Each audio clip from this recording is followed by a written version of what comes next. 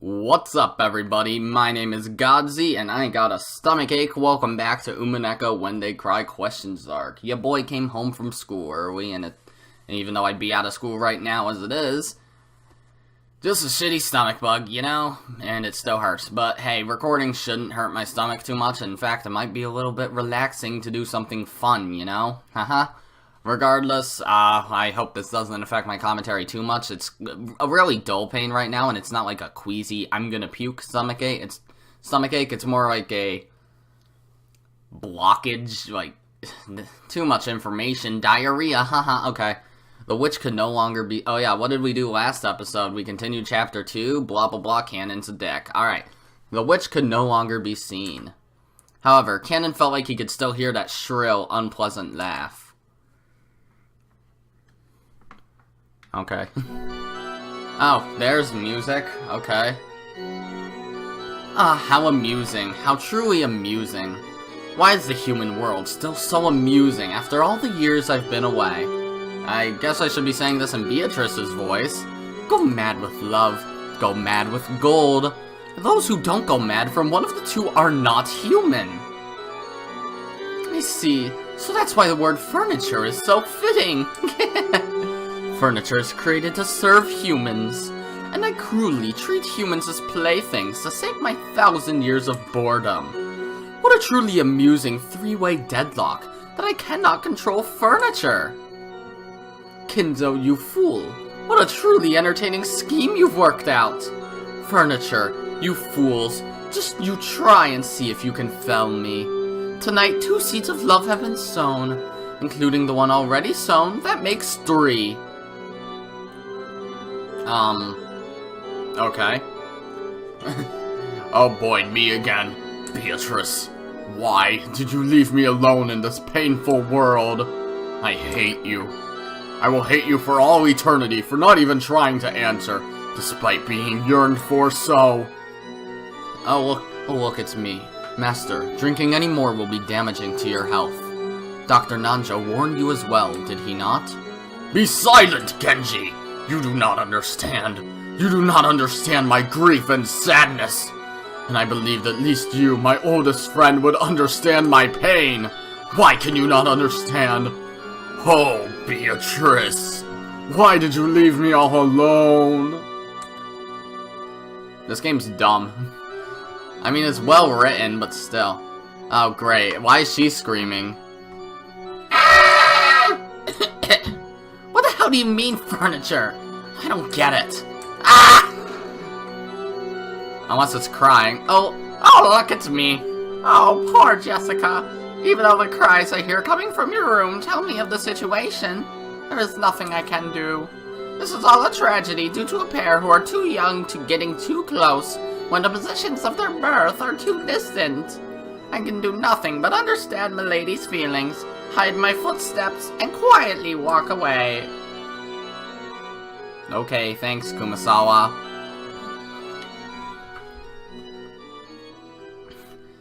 If I didn't know any better, I'd say the murder's already started. Christ. They said this one's supposed to be difficult. I'm not sure how it's going to be more difficult than the last one. Oh, back to this. What do you mean by that, George? I mean what I said. I still haven't built up my castle. Once I manage to do that, I'll finally be able to think of myself as an adult. When that happens, I want to marry you. That's, But my heart won't let me do that anymore. So I want to give you an engagement ring. Engagement, you say? But, I am furniture. And I'm Megan from Drake and Josh. Yes, we know. You're furniture. Blah, blah, blah. Oh, right, that. Well then, furniture has to listen to what people say, right? Right now, I'm having a ring made that'll be fitting for you. I think it'll be ready in time for me to bring it to the upcoming family conference. I'll give it to you then, so please, I want you to let me hear your answer. If you accept, then I'll proclaim our engagement right there, in front of all the relatives, including grandfather. George! I'm sure some people won't approve of our relationship. But there's no need to look at their faces, because you only have to fill your eyes with me. I will definitely bring you happiness. That's the one thing I can promise you with certainty. I think my George voice is different from what it used to be. Like, it used to be more like this, and now it's more like this. I don't know why it got deeper. Let's say he was putting on a voice for Shannon. Okay, sure, yeah, let's just chant like a ton of fucking Hebrews.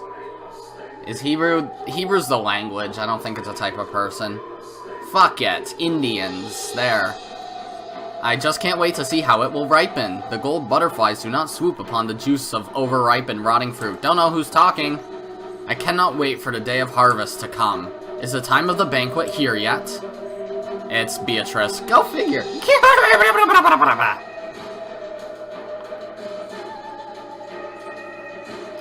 The music in this game is really interesting. Oh look, finally, it shattered. I probably could have gotten to this point last episode, but fuck it.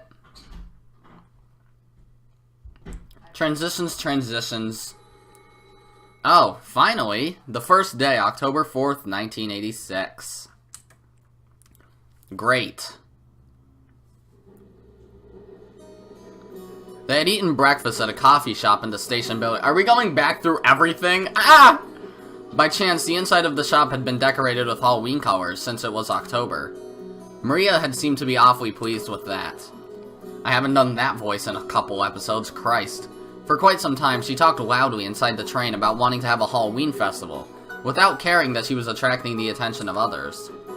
Halloween is popular in Europe and America, but people aren't that familiar with it in Japan. Really now, okay.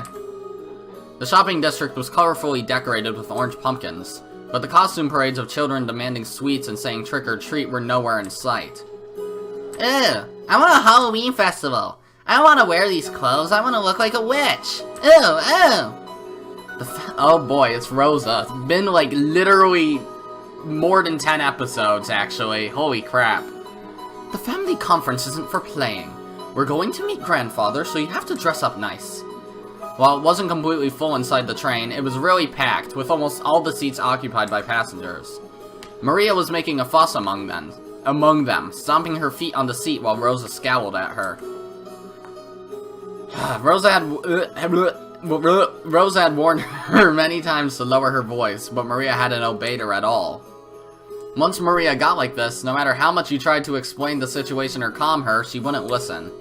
Before, Rosa used to pamper Maria and give in to her at times like this. But that had probably been a mistake. If you stop crying now, I'll give you some fucking Subway. Have it your way. Surely, Maria had gained the mistaken impression that throwing a tantrum long enough would make her mother give up and do what Maria said. Rosa had realized that error with the help of an educational book, and How to Parent, but written by Natsuhi Ushiromiya. Yell at them. Just yell at them. Oh wait, Natsuhi doesn't yell that much. Written by, I don't know, my mom? Fuck if I know. Who would write a book that says, yell at your children as loud as you fucking can, no matter where you are, no matter what you're doing. Also hit them. Hit them a lot. Is it Natsuki's dad? Hit your children as hard as you can. Slap the shit out of them. Since then, she'd hardened the part of her heart that wanted to pamper her beloved daughter. Her mutual understanding with Maria began to grow weaker and weaker, and she began to get discouraged by her own powerlessness more and more often. Halloween! Halloween! If you don't give me sweets, I'll play a prank! Ugh!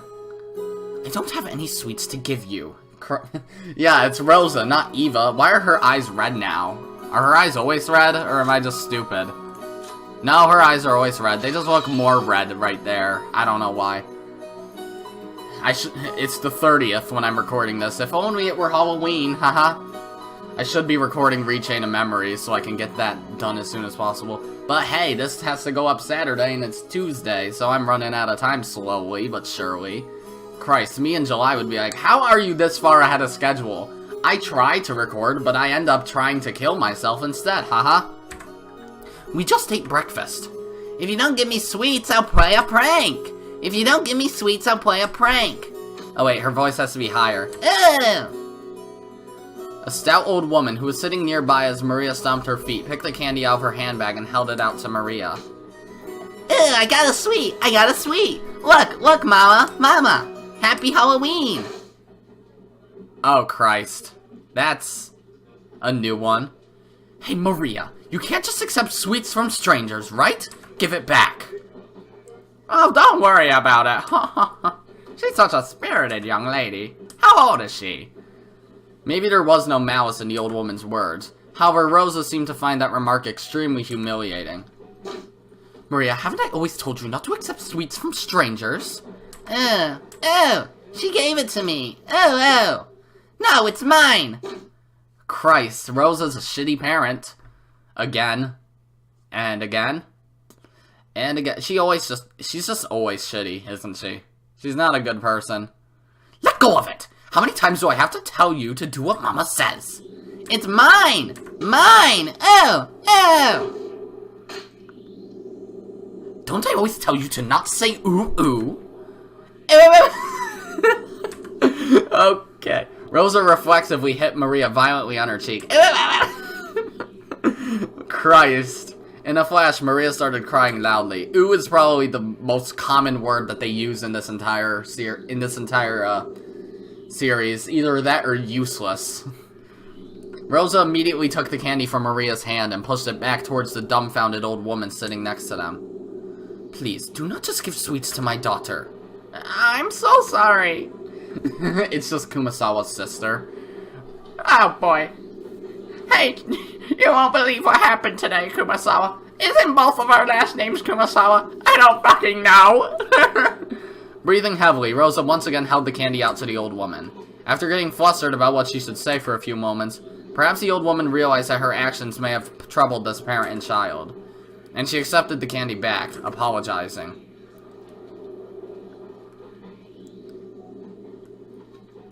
Christ, Rosa. After that, Rosa finally took notice of her surroundings.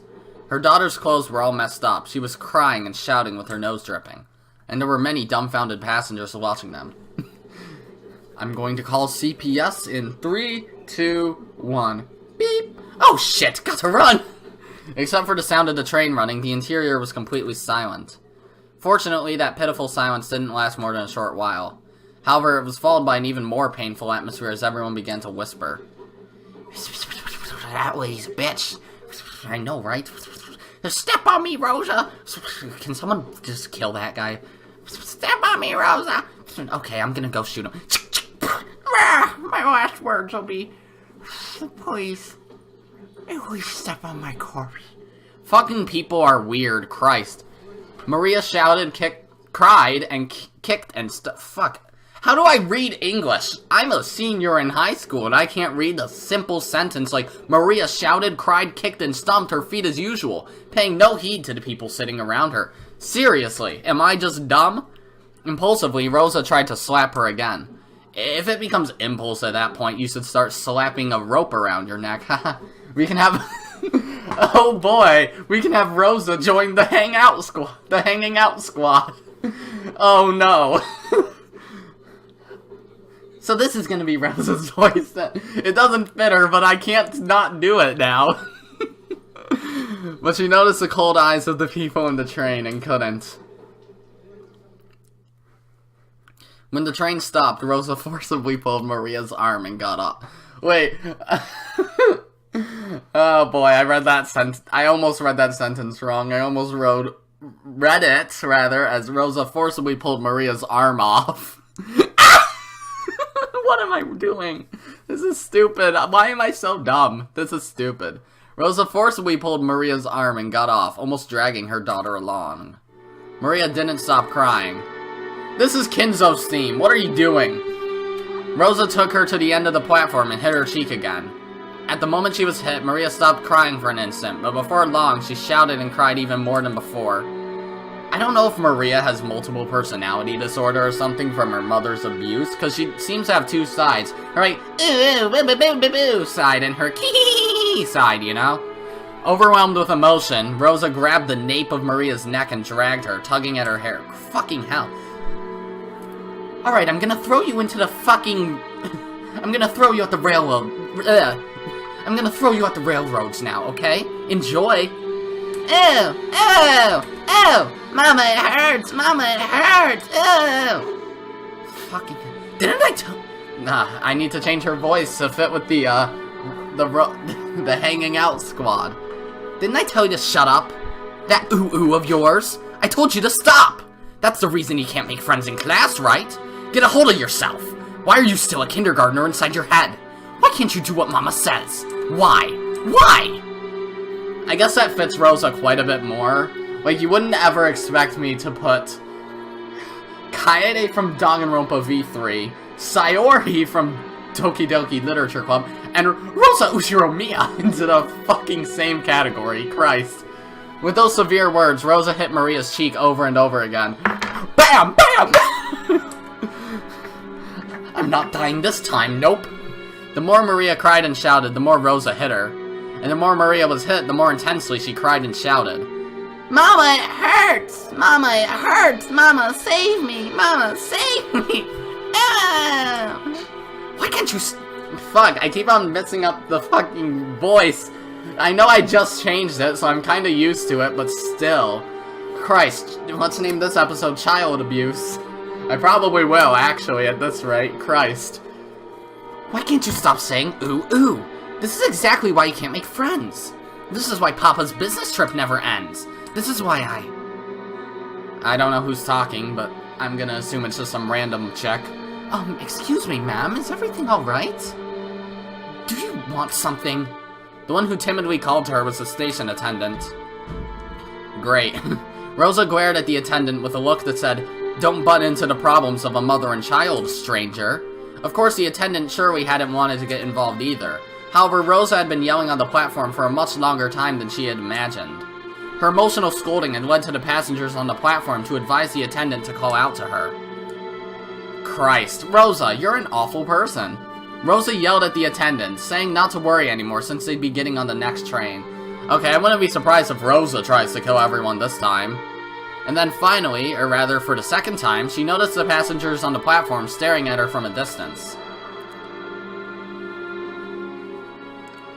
Rosa sweat slightly and felt a breeze make her sweat go cold, tormenting her.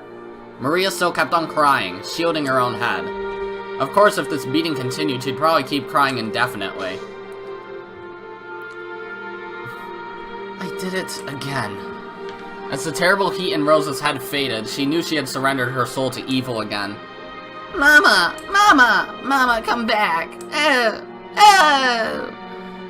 Christ, this is such a dysfunctional family. Rosa fell to her knees and hugged Maria, whose face was all soggy with tears and mucus. Maria, I'm sorry. I'm so sorry. Maybe Rosa also has multiple personality disorder. Mama, Mama, welcome back, welcome back. Finally, Maria realized that her mother was her mother again. She clung to her mother's body and cried, burying her face in her mother's chest. Forgive your bad mama. Forgive your bad mama. I'm so sorry. Please, don't hate your mama. I'm just fine. Won't hate Mama. Mama was only being possessed by the bad witch again. But she came back, so I'm just fine. Yeah, that's right. Mama was just being possessed by the bad witch again. I'm sorry. I'm so sorry. For a long time, the two of them hugged each other, asking for and sharing words of forgiveness. Rosa has a better crazy face than Maria, which is weird. Well, aside from her completely blacked out face, I guess. After a while, they calmed down and both moved back at the same time. Maria's face and Rosa's face were both deep red after crying their eyes out. Do you want to have a Halloween festival, Maria? Yeah. I wanted to show those pumpkin marshmallows to George and Jessica. It was a candy they'd been selling near the cash register at the shop where they'd eaten breakfast. A fancy sweet that had a big orange marshmallow in the shape of a jack-o'-lantern attached to the tip of a stick. Maria had wanted it and insistently pestered Rosa for it. Rosa had refused, saying that there was no way she could buy sweets right after breakfast. I mean, that makes sense, but you can at least buy it for later. I mean, don't appease your children, but still. Then Maria, I don't know if they sell those in this town or not, but let's get off and try searching for them, okay? Yeah! I love you, Mama. Love you so much. Thank you. I love you too, Maria. The truth was that they didn't have time to waste loitering around at a stopover station. If they missed the airplane, they'd fall half a day behind schedule. She should have left home with more time to spare, but she ended up leaving late after choosing Maria's clothes. Because of that, Rosa had been a bit impatient since this morning. She looked at the clock. They had to get on the next train immediately. But her daughter firmly joined hands with her to go buy the sweet with her mother, and that hand was warm. To Rosa as she was now, it was more important to renew her bonds with Maria. To her, Maria was not only a beloved daughter, she was everything Rosa had. Fortunately, they could see a big supermarket right in front of the station. They might not be able to find exactly the same sweet, but Maria would probably be happy with a similar one. Besides, Rosa couldn't show up with a face swelled from crying. She must fix her makeup. Maybe we won't find a marshmallow exactly like that one, but hopefully we can find something like it. Let's buy some and surprise all your cousins together. Yeah, as long as you buy it together, any sweet is fine. They exited through the turnstiles of the station in this unknown town. Maria walked across the pedestrian crossing together with her mother, chuckling to herself as though she was walking in an amusement park. Now this shit reminds me of that scene from Happy Sugar Life, where, what's her name? Shio and her mom are just walking together, and then Shio runs in front of a car, and then, Shio's mom abandons her. Yeah, that's a spoiler, I'm sorry, but hey. Both faces were still deep red, but the two of them, mother and child, smiled warmly at each other without any restraint. Okay. So that's gonna do it, kidding. It's only been 20 minutes, I guess. Oh look, it's the island. Dear? What are you doing in a place like this? Oh, it's you. It's nothing. I just find this a pleasant place to think. All of our preparations for today have been completed. Why don't we have some tea and relax while we wait? Forgive me. I'm always making you handle such troublesome matters. Please, rely on me even more. I am your wife. Naturally, I'm grateful to have you always coming to my aid. That's precisely why I am able to devote myself to my work. I understand. I understand about your work. And the topic of father's inheritance, right? That has nothing to do with you. It's nothing more than fishing for rotten meat amongst greedy siblings. It's okay, dear. Everything will go well. Yeah, you say that, but... Your businesses have never failed to work themselves out. Natsuki softly cuddled close to Krause's shoulder. She complimented Krause on his hard work, but Natsuki knew better than anyone that his work wasn't going well. Krause's project was something like a seesaw where a large amount of money swings. Big investments can lead to massive payoffs. But like large seesaws... Oh, wait. Oh, no! Did somebody happen to mention seesaws? Get out of here, Kyo. No, I would like to stay here. I'm here now. I am Krause's best friend. Yes, help me read this, Mr. Anthropologist. Gladly, friend. They tend to shake a lot. My ad-libbing shit, but I love it. They tend to shake a lot while moving very slowly, instead of showing immediate results. At times, it's possible to make further investments, so that the seesaw inclines... What? Wait, what, how do I read again? Am I turning into Krause? No, my hair is blonde now! At times, it's possible to make further investments, so that the seesaw inclines faster towards the side you want. Of course, you'd only do that if you were confident you'd be able to recover all your investments in the not-so-distant future. However, the seesaws Krause chose never turned out as he would have liked them to. His foresight wasn't wrong, but the times were moving sluggishly. Man, I really need to ask Kyo how to make a proper seesaw. There's a red truck. Why am I speaking in the Krause voice, talking about what's going on in the real world? There's a red truck stopped by my house. Where are my glasses? My glasses are on my fucking TV tray. I need to see what's going on. Isn't this entertaining YouTube content, guys? Very entertaining YouTube content. It's a guy with a trailer and a lady in a red sweater in the door. They just what did they do? Pick up a rock? The lady's walking down our driveway. You know what? Fuck it. Okay. It's only slightly weird, and the guy got out again. And he has a ramp on the back of his trailer that he set down. Oh, they must be buying the concrete mixer. Oh, my dad's out there. Okay. Nothing I have to worry about. I thought they just showed up. Christ. His foresight wasn't wrong. But the times were moving sluggishly. They never managed to catch up with him. For example, think of a literal seesaw placed in a park. Gladly. It's a really popular item, so there's always someone playing on it. And you've got to wait a long time for your turn. Let's say that one day you spotted one of those seesaws that was completely unused. Fuck, I burped, and you raced to grab it first and have it all to yourself. However, unless someone got on the opposite side of the seesaw, you wouldn't be able to play on it. What if lots of time passed and nobody came to the opposite end? Seesaws are popular, so if you wait long enough, a companion will surely show up. But Kraus noticed something. The weather's getting worse, so nobody's coming outside to play.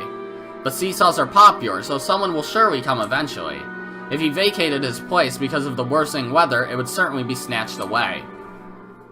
Where was I reading? Oh, and once again, I lost my place in this tiny area. And once again, he'd end up longingly gazing from a distance at someone else having fun on the seesaw.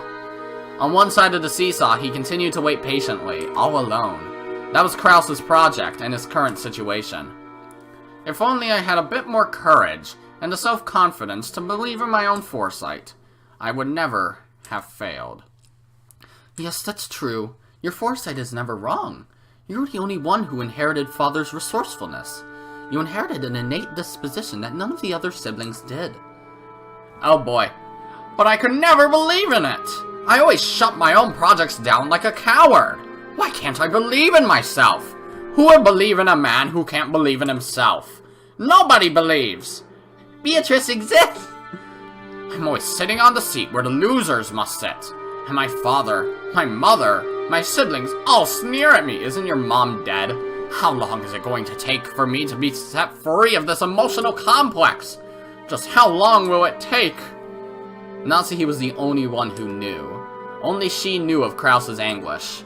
As the eldest son of the Ushiromiya family, who would soon be forced to bear an immense responsibility, he couldn't open his pained heart to anyone. And was always getting compared to his father's great enterprises. I've made preparations concerning all other matters, so that you will be able to devote your attention entirely to the family conference. Yes, everything else has been seen to. Thank you. Will there be cake? Any problems dealing with father? No. Genji and Dr. Nanjo are on our side. I'll never allow those greedy siblings to make contact with father. Interesting. Okay. Oh no! No! No! I'm back, bitch! Been literally 11 episodes.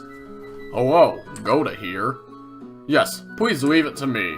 I'm anxious to put my skills to work for the big annual job. I'm holding my arm like he does. Fuck! In the kitchen, multicolored ingredients were gathered and the preliminary arrangements were promptly being started. Even though it was still morning, the ingredients for dinner were already in saucepans and steaming. Normally, he had to deal with several assorted matters, but on the day of the family conference, he could devote himself entirely to cooking. To Goda, who was originally a chef, this was surely the greatest gala occasion of the whole year. And then I'm gonna die. Yes, dinner will be calf steak. A wonderful cut of the meat is already anxiously waiting for tonight in the refrigerator. Please, be sure to look forward to dinner. Is he practicing?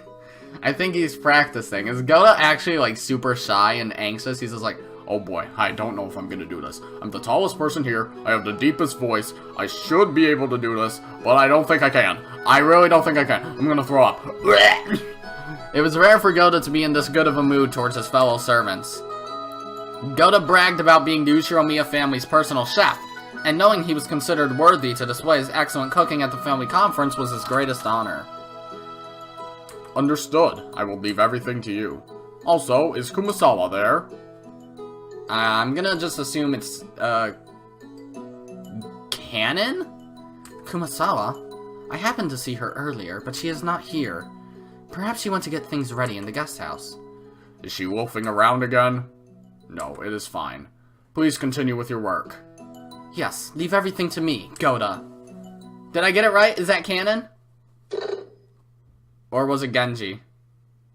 Probably was Genji. Genji placed the telephone back on the receiver, sighing lightly. Genji sighed once again, thinking of Kumasawa, who was probably hiding again even though things were this busy. And oh god, and the ostentatious Goda. Gotta look that up. Hold on. No, fuck it. Who only felt like doing anything on a day where he could show off. Excuse me, the preparations for all the rooms in the guest house are complete. We received instructions from a lady to prepare a room for 4 people, so that the children can spend the night together. So, what shall we do? I hear Battler will be coming for the first time in 6 years. Presumably, Milady wants to stay up late into the night with her 3 cousins. Make the preparations. You do not need to tell Madam. That was too... Genji's more like this, not like this, you know? I see, certainly. So tonight, we'll have the late night shift, followed immediately by the morning shift. It looks like these 2 days will be tiresome. Speaking of which, the weather forecast is saying a typhoon will strike in this area. Will everything be alright? Assuming the typhoon doesn't stray too far from its course, it may affect the boat ride back for the family members. The family conference's schedule might be extended until Monday or Tuesday. Our task may be a long and tiring one, but I earnestly ask that you take care not to make any blunders. Shannon, remain calm and do not panic. Cannon, be sure to greet our guests in a sociable manner. Yes, I'll be careful. I'll be careful. Today, we must conduct ourselves in a manner suitable for a very important guest. See to it that you make no blunders. We understand. All guests who visit here are important. Cannon? In the truest sense, we will be receiving a very important guest today. Make sure that you are prepared. They're probably talking about Beatrice, because they're all like, oh yeah, Beatrice. Beatrice exists, yep, Which she does, but she can't interfere in the human world unless maybe that mirror actually does stop her? I don't know. Yes, sir.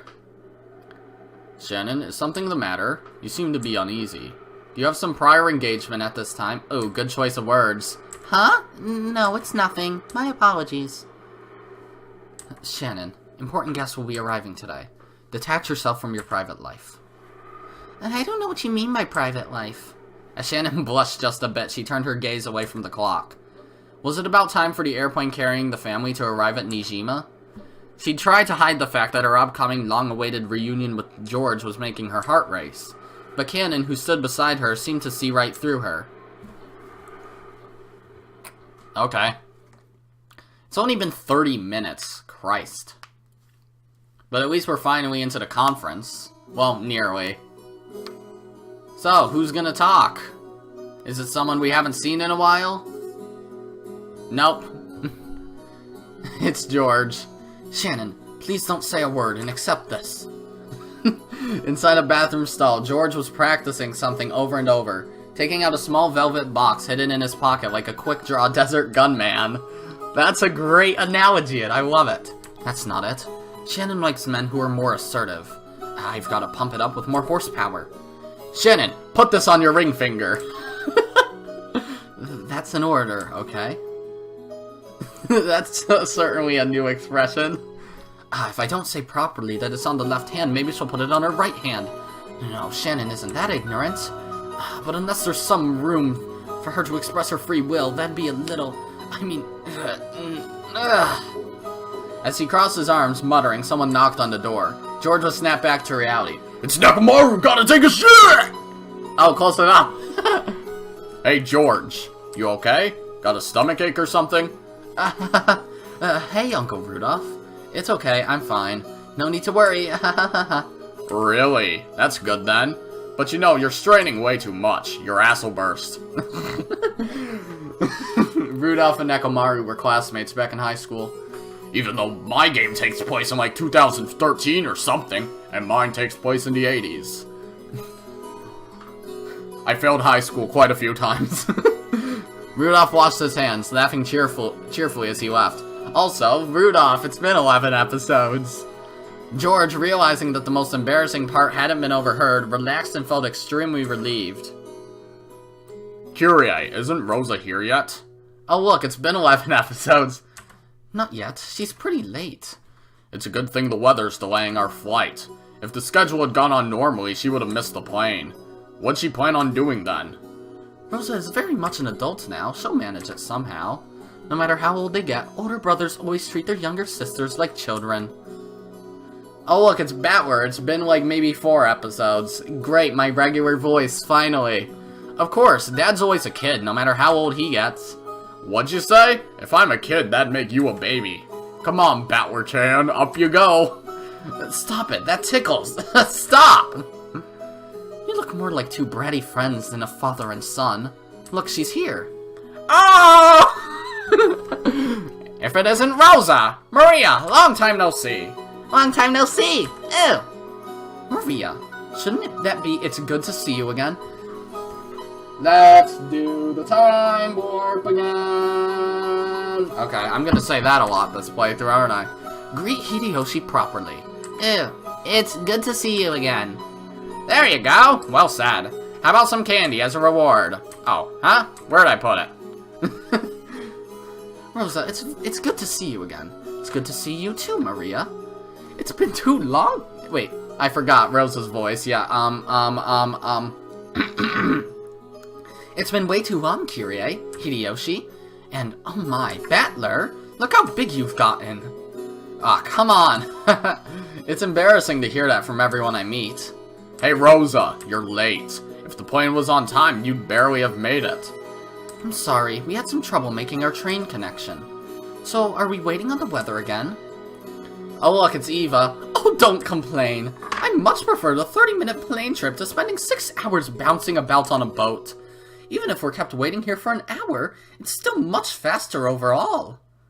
Is that Maria? You sure have gotten big. She's at that growing age. You haven't seen her for 6 years, right? Of course she's changed. Women are creatures who can be born again in a single day when they have a change of heart. Maria, noticing a big man she didn't recognize, mixed in among the relatives, hid behind Rosa's back and glared at Battler. Come on, Battler, say hi. The last time you met her, she was just 3 years old, so you're practically meeting for the first time. Yeah, of course you wouldn't remember something that happened when she was 3. Hey Maria, long time no see. You sure have gotten big. Maria, this is Battler, Rudolph's son. Understand? The brother is the son.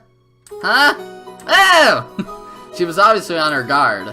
After all, it was hardly surprising that she'd be scared if a large guy like Battler suddenly started speaking frankly to her. Battler noticed that as well and had thought of various ways he might approach her.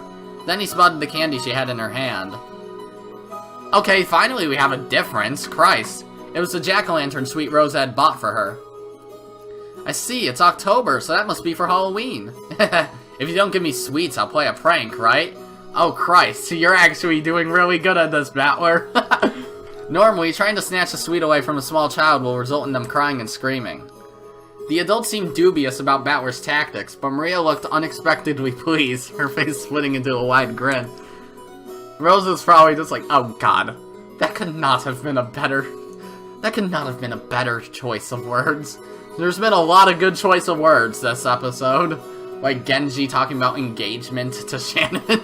Halloween! Halloween! See, Mama? Battler also knows about Halloween. See? See? Hey, call him Battler that shit. Sorry, Battler.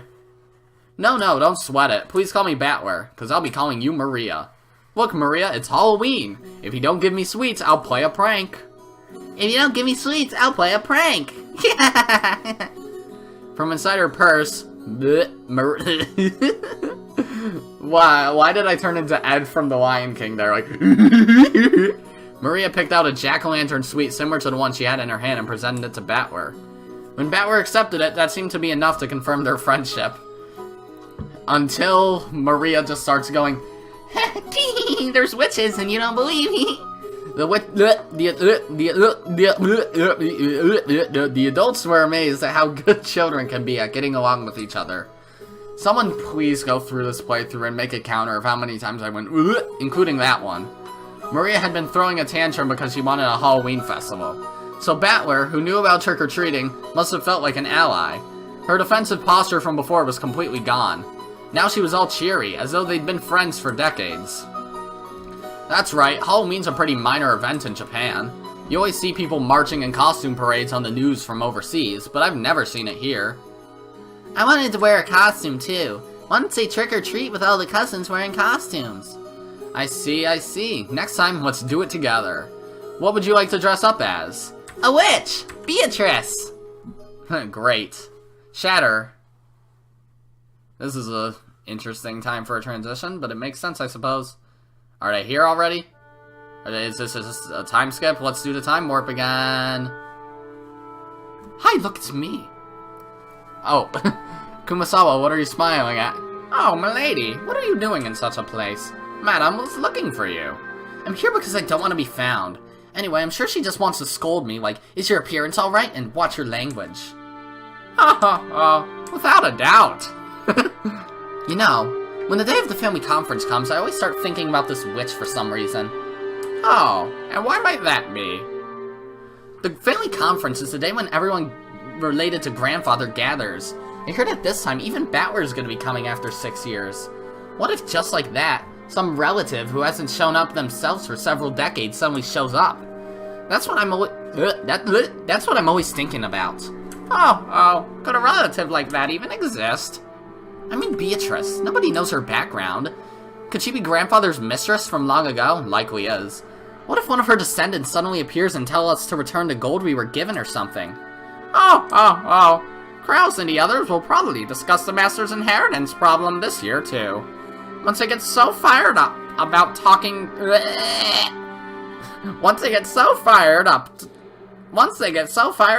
about the witch's gold, one could hardly be surprised if that witch herself were to show up, yes?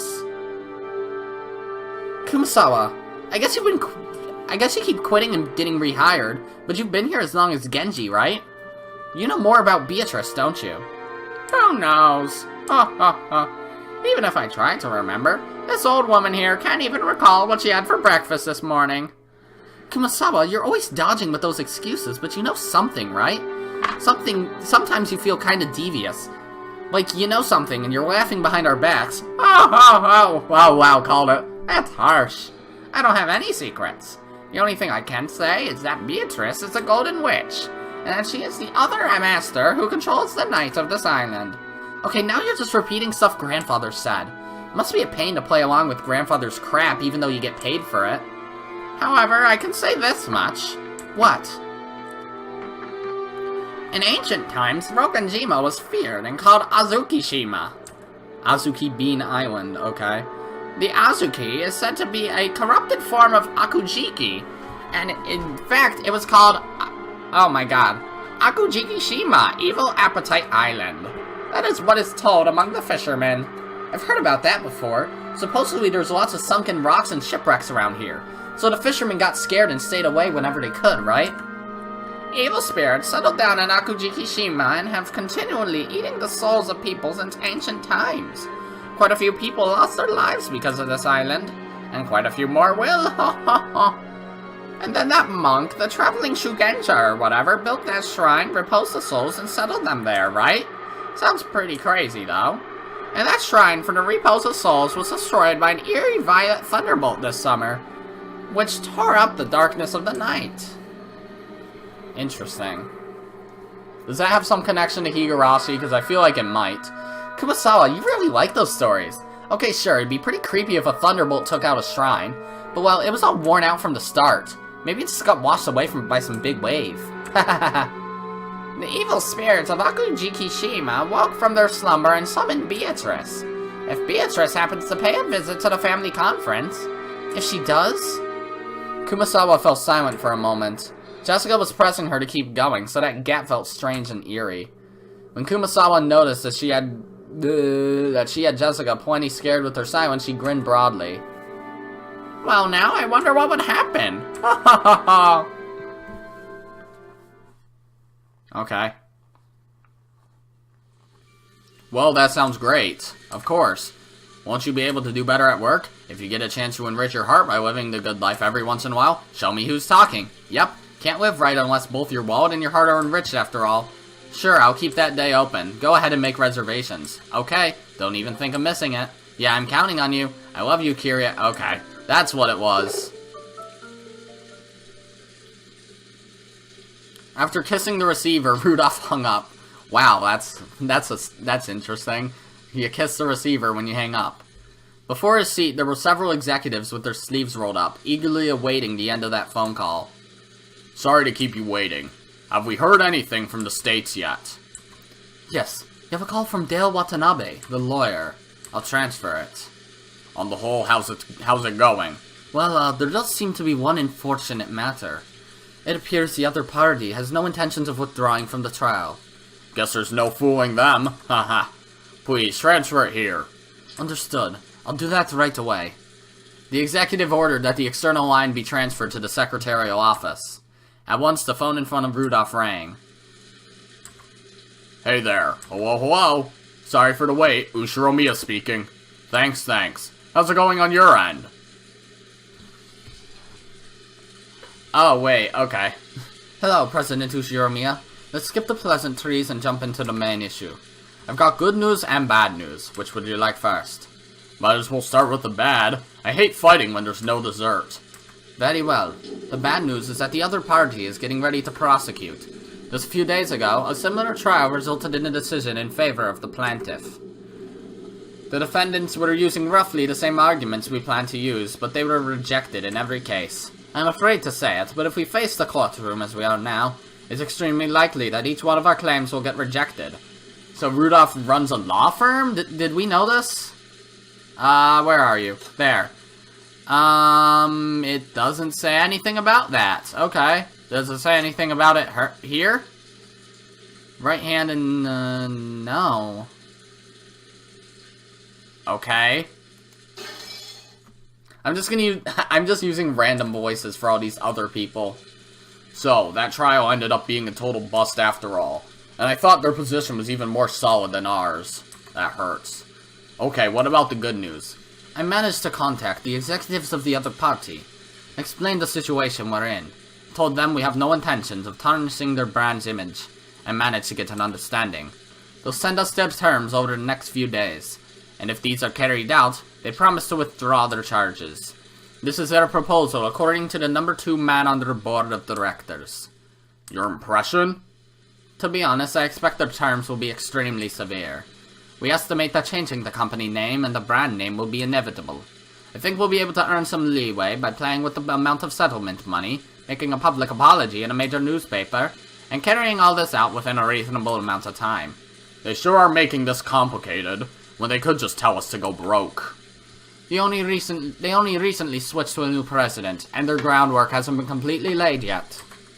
If we resist until the bitter end, they fear the forces opposing the current president won't hesitate to aid their enemies. Hence, their big shots want this matter settled as quickly as possible, too. So we might still have enough leeway to get them to mitigate their terms if it'll lead to a quick settlement. Either way, are we still looking at a crazy sum of money? You need to be prepared for that. Even that would be much cheaper than paying punitive damages. Thank you very much, sir. Please contact me if anything new happens. We're paying you the big bucks, so no idle chit-chat. Haha. Thank you, goodbye. Rudolph hung up the phone. The executives sitting in the reception seat seemed to have guessed at the contents of that discussion. You guys hear that? Simply put, they'll forgive us if we can pile up enough money. Now all we've got to do is haggle over the amount of that money. But President, the likely sum for the settlement Mr. Watanabe indicated is too much. We don't have that much of a margin. If we'd known this would happen, we never would have started diversifying. The calculations were that we could escape a capital crisis if we managed to endure for 3 years. To think we'd be stabbed at a time like this. How bad can our luck get? I guess we fell at the step of the hop, step, and jump. It's enough to make you cry. We have no choice but to draw the money from the main bank. Banks are no good. They only bet their money on winners. The economy's improving, but we can't show weakness to the banks. President, do we have access to any funds that are unaccounted for? Funds we are unaware of? Quit it. Do I look like that kind of man? The contents of my wallet are totally exposed to you guys, okay? The account books over there show all our company has. In that case, we need to raise money. We need a sponsor who can draw in several million for us as soon as possible. President, couldn't something be worked out with one of your personal connections? President! President! Calm down, you bastards. Let me worry about raising the money. You guys just keep the business running without making too much noise. Our accusers are saying they'll let us be if we can show them the money. We've already got thick pipelines in Asia. Things will probably be shaky, but we'll be able to maintain our current deals. Basically, if we can just bring the money together, we'll be able to solve all our problems. Just you watch. See, because I'm wearing a watch. I'll fix all of this. I won't leave you out in the cold. Time to start getting your hopes up again. Once this is all behind us, I'll be rewarding all of you guys with a champagne tower. I promise you that. So shut up and follow me. Got it? The airplane suddenly shook, probably due to turbulence. Rudolph was jostled awake. He'd woken early that morning and ended up drifting off to sleep while resting in his seat. Was that a dream then? You okay? Are you sure you aren't still pretty sleepy? After all, it seems you've been really busy with work lately. Being busy with work is nothing to complain about, right? Once I've got nothing left to do, it won't be long before we're out in the cold. Good point. Now that even Battler's back, we'd be looking at worse than just the two of us going around begging. Yeah. Our family's all together again for the first time in 6 years. Not quite. So the leader of our family's got to give it his best if we want to spend some time alone together. When he looked out the window, he saw that the airplane had already started to drop in altitude considerably.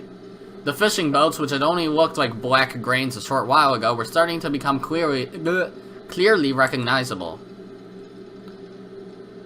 If I could prostrate myself before Father and get 10 million yen every time he slugged me, I'd do it a dozen times. Or maybe he could just go and die already. I've always depended heavily on his financial support, and now I'm after his inheritance. I'm headed straight to hell. I can hardly complain if Father doesn't want to meet the man I've become.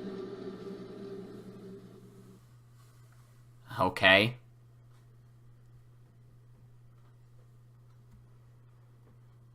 Oh boy. Could it be that once again you do not plan on making an appearance at the family conference? I don't know which voice that was, but I don't think it was Nanjo. It felt more like Hideyoshi or Kraus.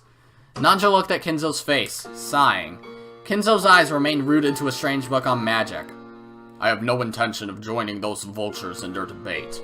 They can discuss how to suck my bones dry on their own. How utterly contemptible. My, how troublesome. Nanjo shook his head slightly. To him, children and grandchildren were lovely things. He believed watching them grow was the only way to truly enjoy old age. So Kinzo's words were very saddening to Nanjo. If the time comes for me to leave this room, I will show myself. Just as she does not show herself yet. When Kinzo raised his face, his gaze pointed at the portrait of the witch, which was respectfully displayed on the wall. Okay. Kinzo's mind didn't dwell for a moment on the fact that today was the family conference, where all of his beloved relatives would gather. It was filled only by the face of the witch in the oil painting, who never smiled except inside the portrait. Everybody knew that interrupting Kinzo when he talked about Beatrice would trigger his wrath. Today, I will hold a certain ceremony. Oh, and what might that be? Perhaps it is closer to a gamble than a ceremony. After all, magic without risk can never house a miracle. Nanjo had heard Kinzo say this many times before. You might even call it a pet phrase of Kinzo's. No, that's Goldsmith! Kinzo apparently believed that magic and miracles could occur if you gambled your own fate with a certain amount of risk and triumphed. I wonder what sort of gamble you're making. Wait, wrong voice. As the man who was once called the Golden Gambler, and who's now so old he might pass on at any time, this should be well worth watching. Is he better than Celestia Rudenberg? Doubt it. Never even played that game, but whatever, joke stands. I see. So the secret ritual I have developed after much research appears to be nothing more than a gamble to one unversed in magic such as you. Very well. If I have faith in miracles and win, you will see clearly on this day that all my research did bear fruit, despite it seeming to be little more than the product of my eccentricity. If you win, it will all end just as you have already seen, as nothing more than the eccentricity of an old man who might leave this world at any time. Oh, just what sort of gamble could you be planning to take? As your friend, that bet or ceremony, as you called it, I can only pray most sincerely that you achieve victory in it. This voice is hard. Yes, I thank you. Speaking of which, Kinzo, have you heard that a much longed-for guest will be present at the family conference this year? What? For once, Kinzo reacted to Nanjo's words and turned around. That's right. Battler from Rudolph's family. I hear he'll be coming after an absence of 6 years. I'm sure he's become a splendid boy. Oh, Battler? I wouldn't call him longed for. A guest who's failed to show up for a mere 6 years. He thought he meant Beatrice. Oof, oh well. After hearing Battler's name and making a disappointed and ill-humored expression, Kinzo turned his back again. I imagine those 6 years went by in a flash for you, considering how you've immersed yourself in your research in this room. Humph. However, we might actually receive a visit from a truly longed-for guest. Everything depends on the results of the roulette. The roulette has already started to spin. Will it be rouge or noir? Don't both of those mean black? Maybe rouge is white, I don't know. Tonight, let us enjoy ourselves as we see what kind of miracle that roulette will show us. The payoffs are large, and I don't intend to lose. Beatrice, accept my bet! At that time, the telephone on the table rang. The piercing sound seemed to irritate Kinzo, and he picked up the receiver to preserve the silence as much as he could. What is it? I'm busy. Genji speaking. Everyone has arrived. What of it? Just serve them some tea or something. Certainly, I will do so. Kinzo hung up the phone rudely. Looking at that, Nanjo sighed yet again and shifted his attention outside the window. As he is now, I doubt Kinzo would pay any heed to any sort of guest. Could any guest possibly make Kinzo come out when the time comes, as he said?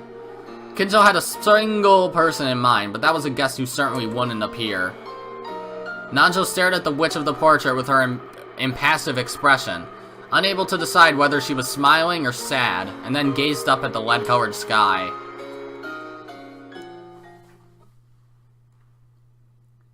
Really thought the portrait was supposed to be different this time, but whatever. Hey look, golden butterflies. Hey look, it's me!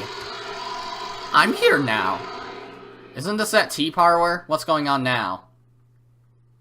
Oh look.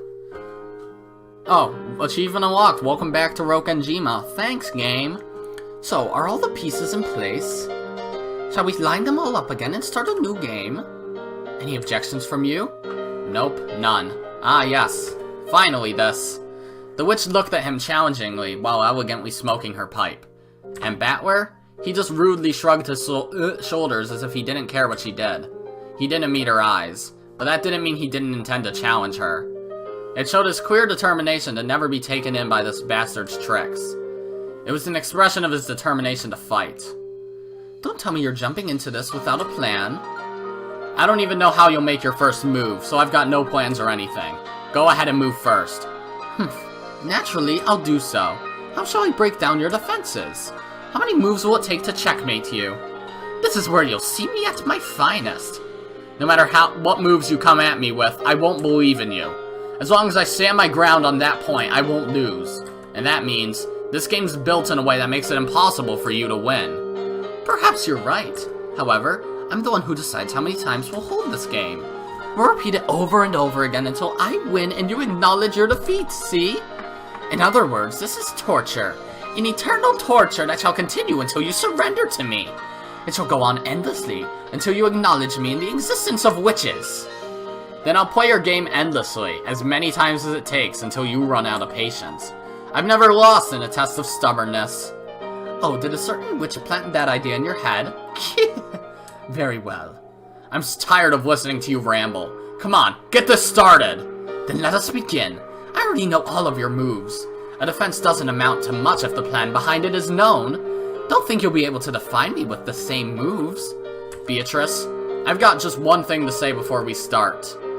What is it? Fuck you. Go ahead and say whatever you want. However, whether I believe you is something I'll decide for myself. No matter how impressive this magic of yours is, my soul won't yield to you. You think this is torture for me? You're wrong. Then what else could it be? This is torture for you. No, that's wrong! Someday, you'll surrender to me and give up. Until then, you'll be tortured over and over again. How amusing! What an entertaining metaphor! Torture where we torment each other. Yes, truly amusing. Come, shall we begin that torture? Ushiromiya Battler? Wow. That's an epic way to end an episode. Battler has a no that's wrong sprite. I'm happy.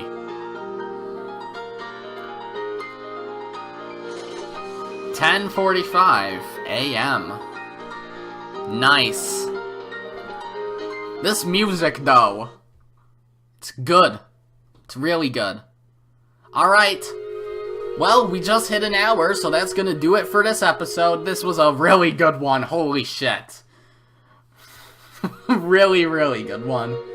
Regardless, that's gonna be it for this episode. If you liked it, be sure to press the like button, and if you didn't like it, fuck you too.